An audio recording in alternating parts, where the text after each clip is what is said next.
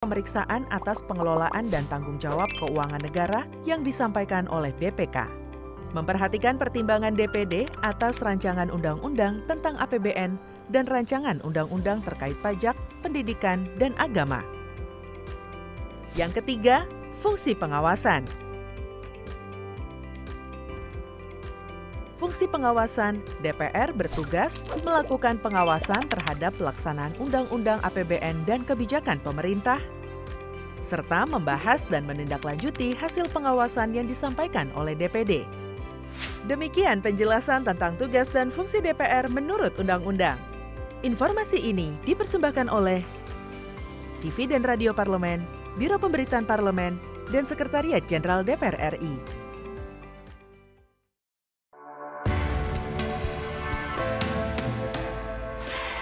Dari ruang sidang Senayan, Jakarta, menyajikan liputan langsung kinerja DPR RI.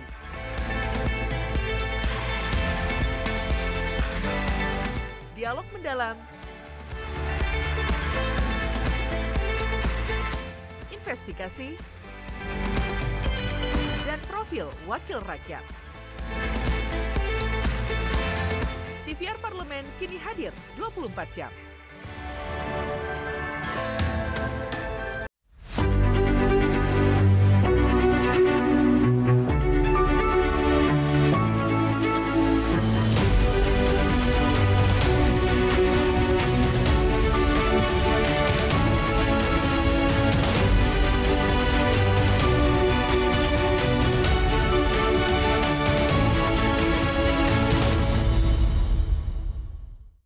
Dalam menjalankan tugas dan fungsinya, Dewan Perwakilan Rakyat mempunyai hak istimewa yang dijamin oleh Undang-Undang Dasar.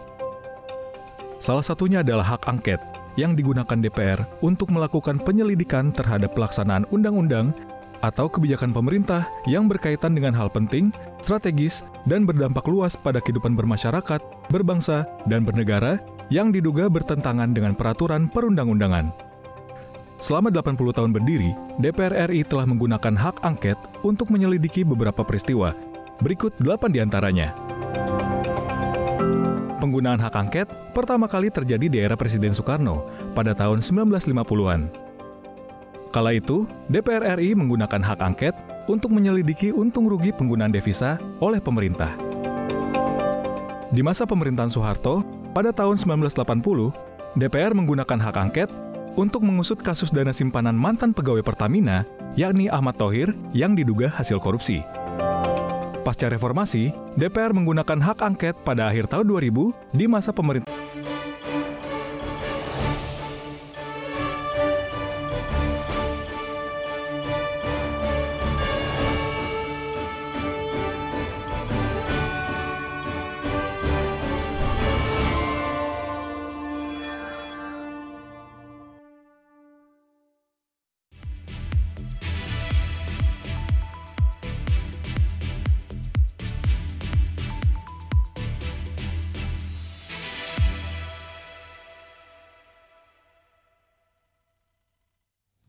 Selamat sore, apa kabar pemirsa TVR Parlemen dimanapun Anda berada. Tentunya berjumpa kembali dalam program TVR 17 bersama saya Rin Reski. Tepat pukul 17 waktu Indonesia Barat, kami hadirkan kepada Anda sejumlah informasi paling baru dan juga menarik seputar kinerja dan kegiatan DPR RI yang telah disajikan oleh redaksi TVR Parlemen. Pemirsa, inilah TVR 17 selengkapnya.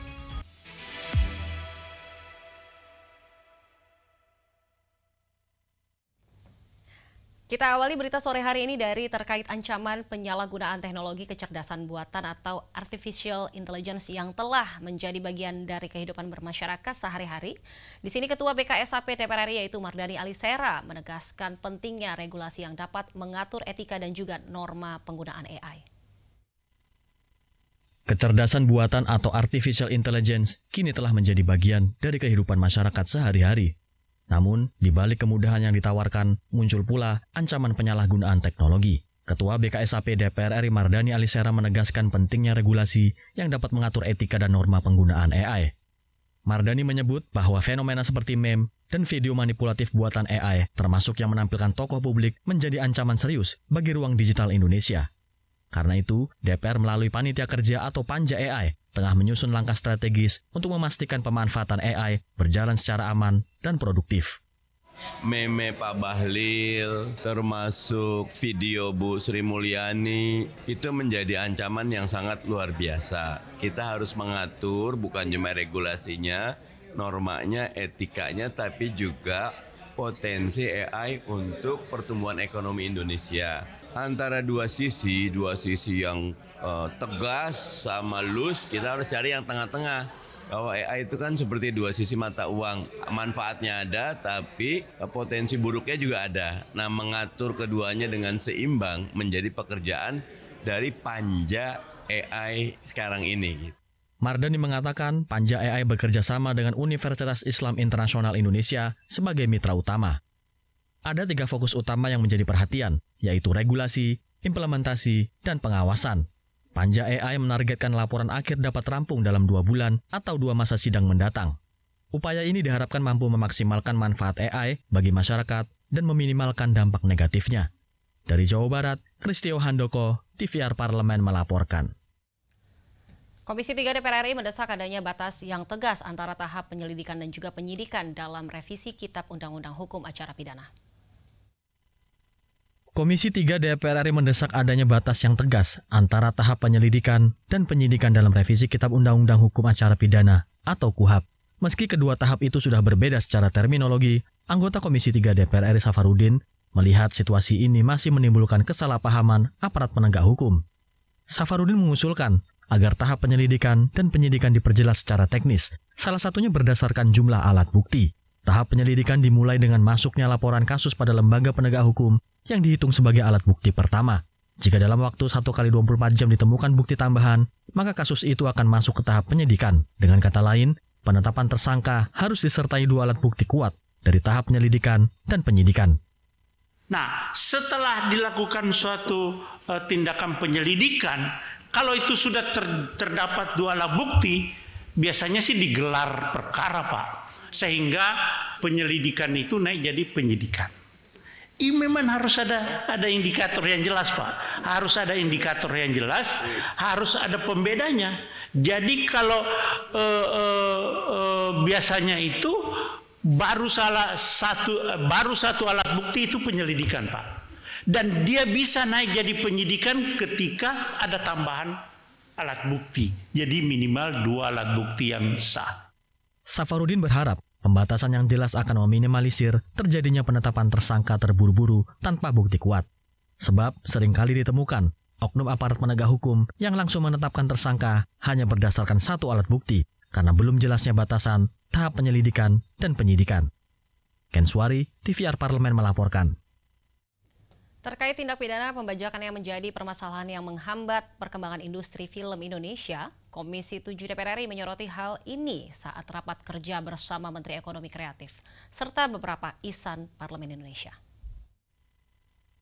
Tindak pidana pembajakan masih menjadi permasalahan yang menghambat perkembangan industri film Indonesia.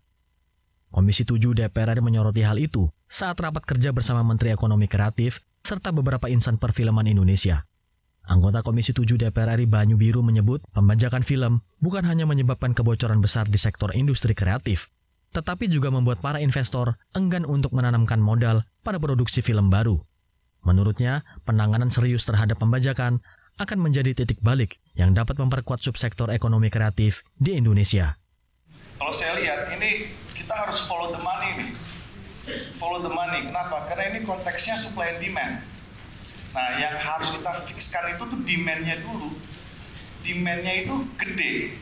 Cuman kalau bocor terus, maka para investor dan pemilik modal ini juga mau memproduksi susah. Nah, jadi menurut saya sepakat tadi kata Bu Judil, memang piracy itu musuh utama. Nanti kalau piracy-nya turun, ini ekosistemnya by quality pasti meningkat perfilman Indonesia. Nanti keinginan para investor untuk membuka layar-layar kaca, layar-layar perak tambahan, otomatis secara organik kalau bisnis modelnya masuk, pasti itu berkembang. Selain pembajakan, Banyu juga menyoroti dominasi segelintir rumah produksi besar yang menguasai mayoritas layar bioskop di Indonesia. Dari total lebih dari 2.376 layar lebar, sekitar 60% film nasional hanya dirilis di grup bioskop besar dan berasal dari rumah produksi yang sama. Adila dan Bondan, TVR Parlemen melaporkan. Pemirsa, DPR RI menegaskan pentingnya segera membentuk skema besar perlindungan bagi pekerja migran Indonesia agar tragedi kemanusiaan yang menimpa para pahlawan devisa tidak terus berulang. Informasi selengkapnya tetaplah di TVR 17.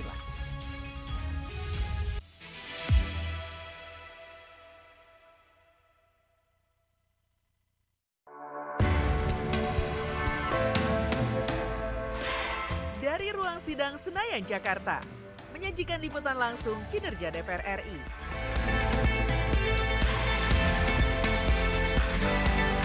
Dialog mendalam, investigasi, dan profil wakil rakyat. TVR Parlemen kini hadir 24 jam. Selamat datang di Biro Pemberitaan Parlemen. Anda memasuki kawasan zona integritas menuju wilayah bebas dari korupsi atau WBK dan wilayah birokrasi bersih dan melayani atau WBBM. Biro Pemberitaan Parlemen berkomitmen penuh untuk mewujudkan wilayah bebas korupsi dan wilayah birokrasi bersih dan melayani. Komitmen kami, pejabat dan jajaran memiliki komitmen tinggi untuk mewujudkan WBK dan WBBM melalui reformasi birokrasi, khususnya dalam hal pencegahan korupsi dan peningkatan kualitas pelayanan publik. Kedua, bebas dari korupsi dengan terwujudnya wilayah bebas korupsi atau WBK, yang artinya bebas dari KKN, gratifikasi dan dari segala bentuk pungutan liar atau pungli. Terakhir, pelayanan prima dengan terwujudnya wilayah birokrasi bersih melayani, yaitu dengan meningkatnya kualitas pelayanan publik dan tercapainya kepuasan masyarakat terhadap pelayanan.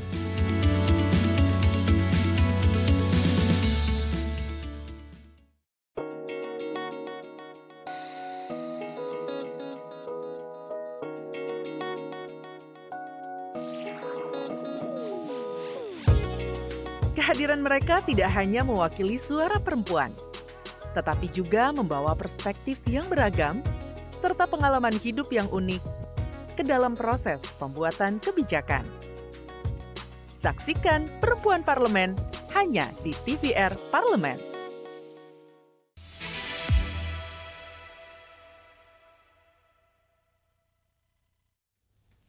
Kembali di TVR 17.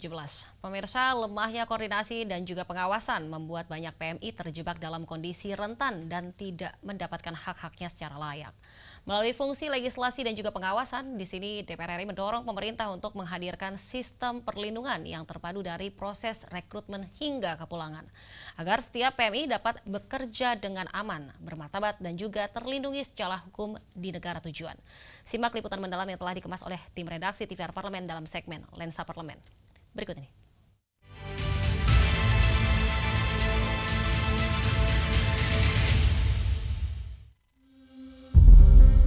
Pekerja migran Indonesia seringkali dipandang sebelah mata, kerap disepelekan di negara tujuan karena minimnya perlindungan. Hingga kini, PMI masih kerap mengalami ketidakadilan, eksploitasi, hingga kekerasan seksual dari pemberi kerja. Jika dibandingkan pekerja migran dari negara-negara tetangga, posisi PMI bisa dibilang paling tidak berdaya. Sebut saja pekerja migran asal Filipina. Dengan posisi pekerjaan yang sama, pekerja dari negeri jiran tersebut mendapatkan upah lebih besar serta mendapatkan perlindungan terhadap hak-haknya. Sementara itu, PMI harus bekerja di tengah rasa khawatir. Risiko besar harus dihadapi karena tak banyak pilihan yang bisa diambil. Berdasarkan data Komnas Perempuan, tren kekerasan terhadap PMI terus meningkat. Banyak PMI memiliki kisah pilu. Bahkan tak sedikit di antaranya harus berakhir tragis. Rasanya masih segar ingatan kita tentang bagaimana otoritas Malaysia menembak 5 orang PMI di perairan Selangor karena diduga akan keluar melalui jalur ilegal. Beberapa waktu lalu, pemerintah Indonesia sempat menghentikan pengiriman PMI ke beberapa negara, termasuk ke Malaysia dan Timur Tengah. Namun, hal ini dinilai bukan jalan keluar yang tepat karena kondisi keterbatasan lapangan kerja di tanah air. Untuk kita bersama-sama menjadikan ini sebagai produk dari perlindungan tenaga kerja kita secara konkret, tidak hanya dalam paparan gagasan, tetapi ini lebih sebagai produk hukum. Dan bagaimana fungsi BKSAP itu sendiri di dalam menjalankan diplomasi, kami juga berharap kami bisa memilih dan memilah negara-negara yang memang menjadi tujuan utama bagi pekerja migran kita, sehingga kami semakin bisa mengawal keamanan dan juga kenyamanan warga negara Indonesia. Penyelesaian persoalan PMI butuh skema besar, mulai dari persiapan keterampilan PMI sebelum keberangkatan hingga perlindungan PMI dalam pekerjaannya di luar negeri. Pemerintah harus ada di garis depan untuk menjamin setiap PMI aman dan mendapatkan haknya sebagai pekerja. Negara harus hadir ketika setiap PMI tak berdaya dan membutuhkan perlindungan. Perangkat pemerintah di luar negeri, mulai dari konsulat jenderal, kedutaan besar, hingga perangkat terkait lainnya, harus diperkuat karena setiap PMI berharga, bukan hanya bagi keluarganya, melainkan juga bagi negara. Kita harus memperkuat kehadiran atase perlindungan tenaga kerja kita, belajar di negara lain dengan peran yang aktif dari atase tenaga kerja bisa memberikan keamanan dan juga memberikan keselamatan bagi pekerja migran kita semua.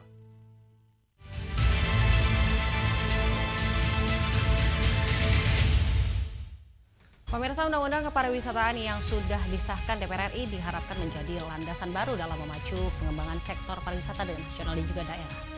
Informasi selengkapnya tentunya usai jeda. Tetaplah bersama kami di TVR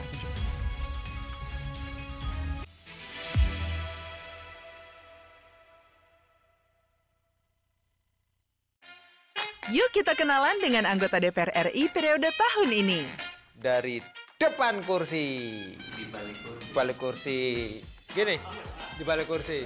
Aku ingin menjadi sesuatu yang mungkin bisa kau rindu. Acap kahiji, rukun sakabehna, gitulah pokok nama. Semakin penasaran kan bagaimana kiprah karir politiknya? Hanya di TVR Parlemen. Selamat datang di Biro Pemberitaan Parlemen. Anda memasuki kawasan zona integritas menuju wilayah bebas dari korupsi atau WBK dan wilayah birokrasi bersih dan melayani atau WBBM. Biro Pemberitaan Parlemen berkomitmen penuh untuk mewujudkan wilayah bebas korupsi dan wilayah birokrasi bersih dan melayani. Komitmen kami, pejabat dan jajaran memiliki komitmen tinggi untuk mewujudkan WBK dan WBBM melalui reformasi birokrasi, khususnya dalam hal pencegahan korupsi dan peningkatan kualitas pelayanan publik. Kedua, bebas dari korupsi dengan terwujudnya wilayah bebas korupsi atau WBK, yang artinya bebas dari KKN, gratifikasi dan dari segala bentuk pungutan liar atau pungli. Terakhir, pelayanan prima dengan terwujudnya wilayah birokrasi bersih melayani, yaitu dengan meningkatnya kualitas pelayanan publik dan tercapainya kepuasan masyarakat terhadap pelayanan.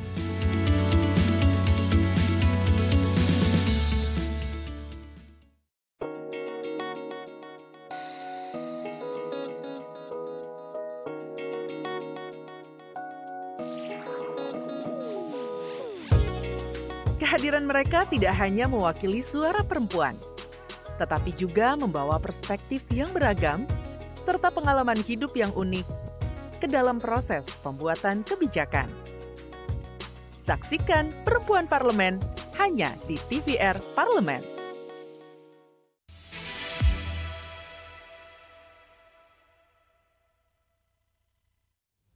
Kita kembali di TVR 17. Pemirsa, daerah kini punya otonomi dalam mengelola pariwisata daerah agar mampu menggali potensi destinasi wisata unggulan di wilayahnya masing-masing.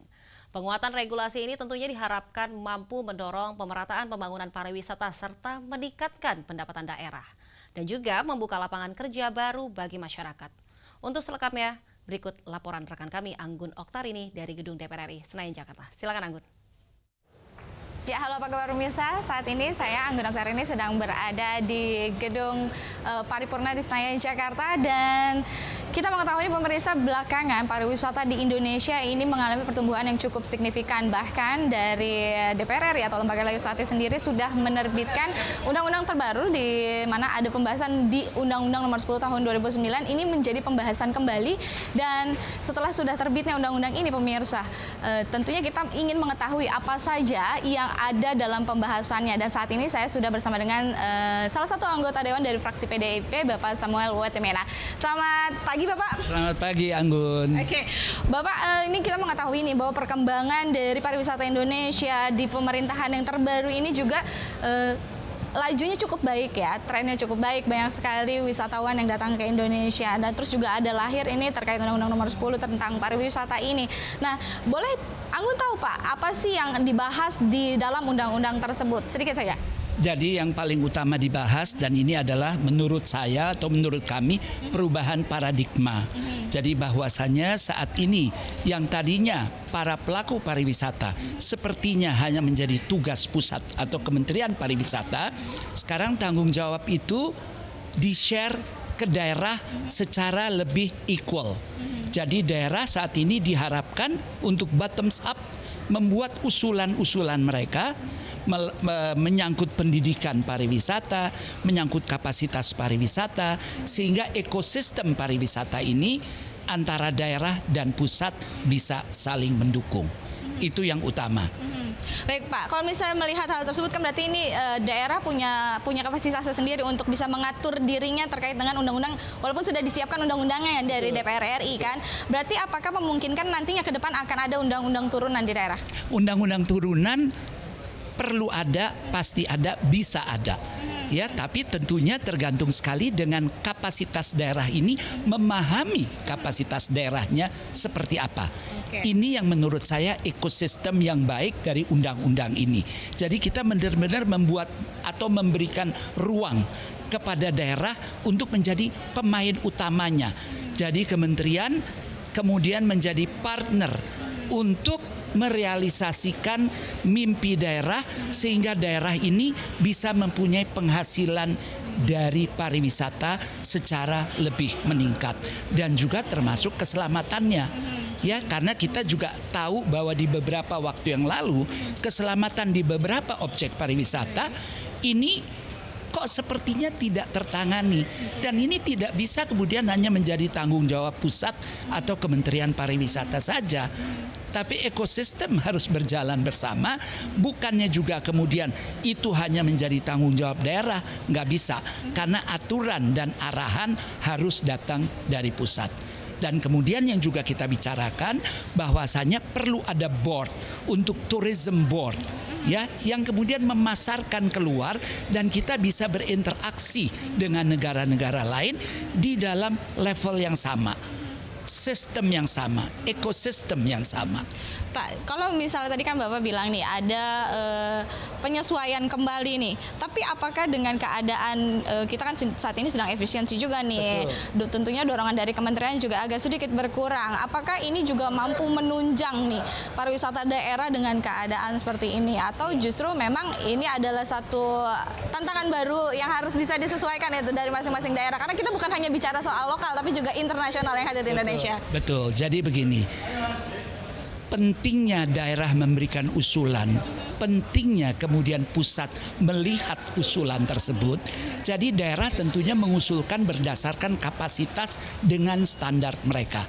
Tapi kalau kemudian kita secara tourism board ingin memasarkan keluar, pusat harus peran serta. Kalau kita mau jual keluar, apa yang kalian belum punya atau apa yang kalian harus penuhi. Nah, interaksi ini, komunikasi ini yang menurut saya sangat bisa dan perlu ditingkatkan.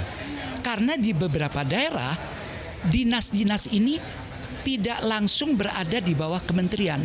Mereka berada di bawah kepala daerahnya. Sehingga komunikasi yang lebih intens diperlukan.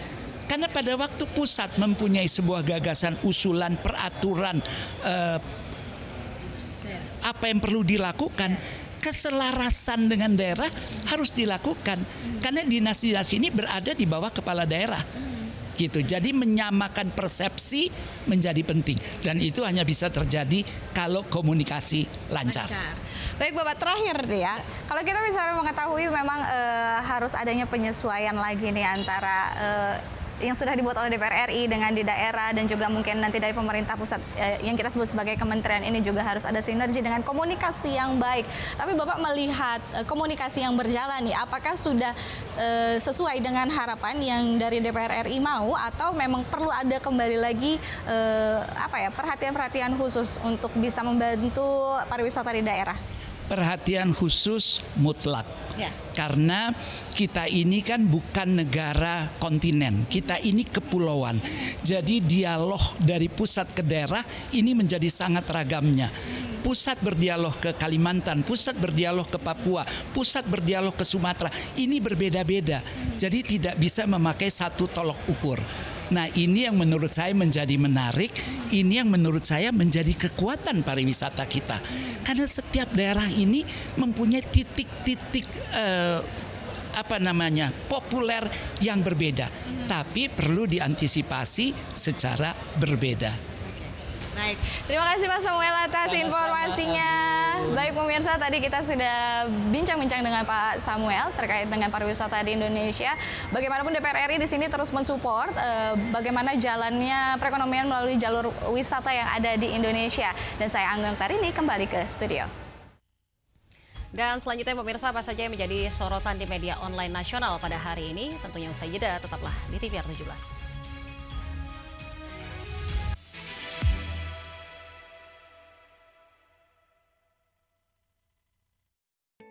Selamat datang di Biro Pemberitaan Parlemen. Anda memasuki kawasan zona integritas menuju wilayah bebas dari korupsi atau WBK dan wilayah birokrasi bersih dan melayani atau WBBM. Biro Pemberitaan Parlemen berkomitmen penuh untuk mewujudkan wilayah bebas korupsi dan wilayah birokrasi bersih dan melayani. Komitmen kami, pejabat dan jajaran memiliki komitmen tinggi untuk mewujudkan WBK dan WBBM melalui reformasi birokrasi, khususnya dalam hal pencegahan korupsi dan peningkatan kualitas pelayanan publik. Kedua, bebas dari korupsi dengan terwujudnya wilayah bebas korupsi atau WBK, yang artinya bebas dari KKN, gratifikasi dan dari segala bentuk pungutan liar atau pungli. Terakhir, pelayanan prima dengan terwujudnya wilayah birokrasi bersih melayani, yaitu dengan meningkatnya kualitas pelayanan publik dan tercapainya kepuasan masyarakat terhadap pelayanan.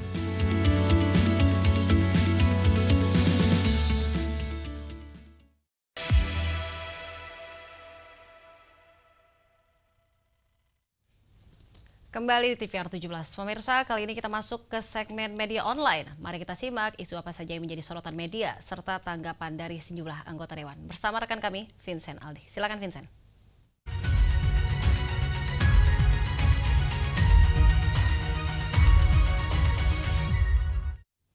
Ya, terima kasih rekan Rini dan halo apa kabar pemirsa TVR Parlemen dimanapun Anda berada. Kembali dalam segmen media online bersama saya Vincent Aldi. Dan mari kita simak berita pertama yang menjadi headline di media online pada hari ini, yaitu terkait dengan dugaan pelecehan oleh polisi harus diusut secara tuntas.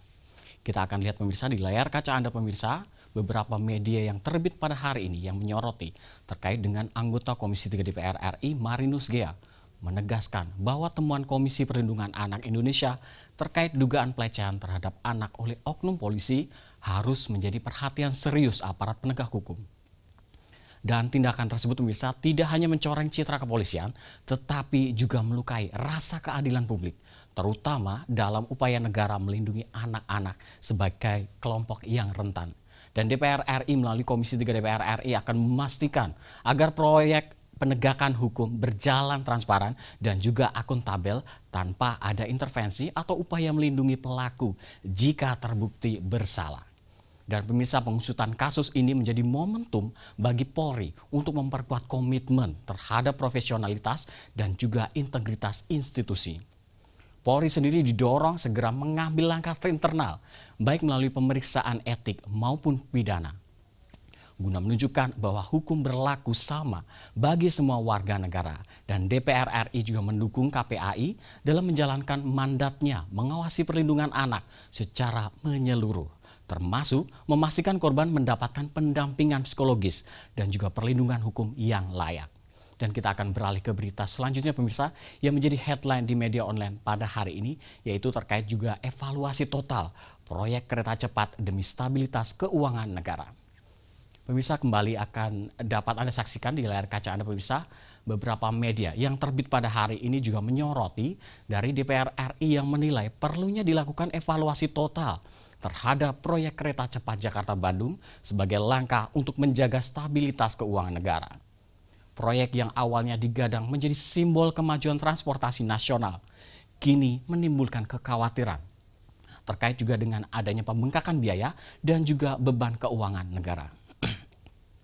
Dan pemirsa, DPR RI juga menegaskan bahwa setiap proyek strategis nasional harus mengedepankan prinsip transparansi, efisiensi, dan juga akuntabilitas agar tidak menimbulkan risiko fiskal jangka panjang yang tentunya dapat membebani APBN maupun keuangan BUMN maksud kami yang terkait. Dan pemerintah juga didorong untuk melakukan audit menyeluruh terhadap aspek pembiayaan, manajemen proyek, serta kerjasama internasional yang terlibat dalam pembangunan kereta cepat ini. Agar setiap keputusan yang diambil berbasis pada kepentingan publik dan juga keberlanjutan ekonomi nasional. Dan proyek ini pemirsa berskala besar harus memberikan manfaat nyata bagi masyarakat. Bukan hanya menjadi prestis pembangunan yang justru berpotensi menggerus stabilitas keuangan negara. Dan pemirsa, itu tadi headline di media online pada hari ini, yaitu dugaan pelecehan oleh polisi harus diusut tuntas serta evaluasi total proyek kereta cepat demi stabilitas keuangan negara. Terima kasih atas perhatian Anda dan saya kembalikan ke rekan Rini.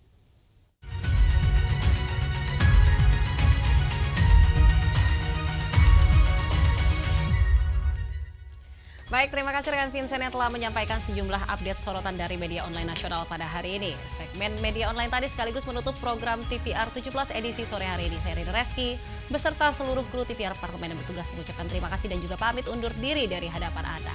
TVR Parlemen, referensi Indonesia. Sampai jumpa.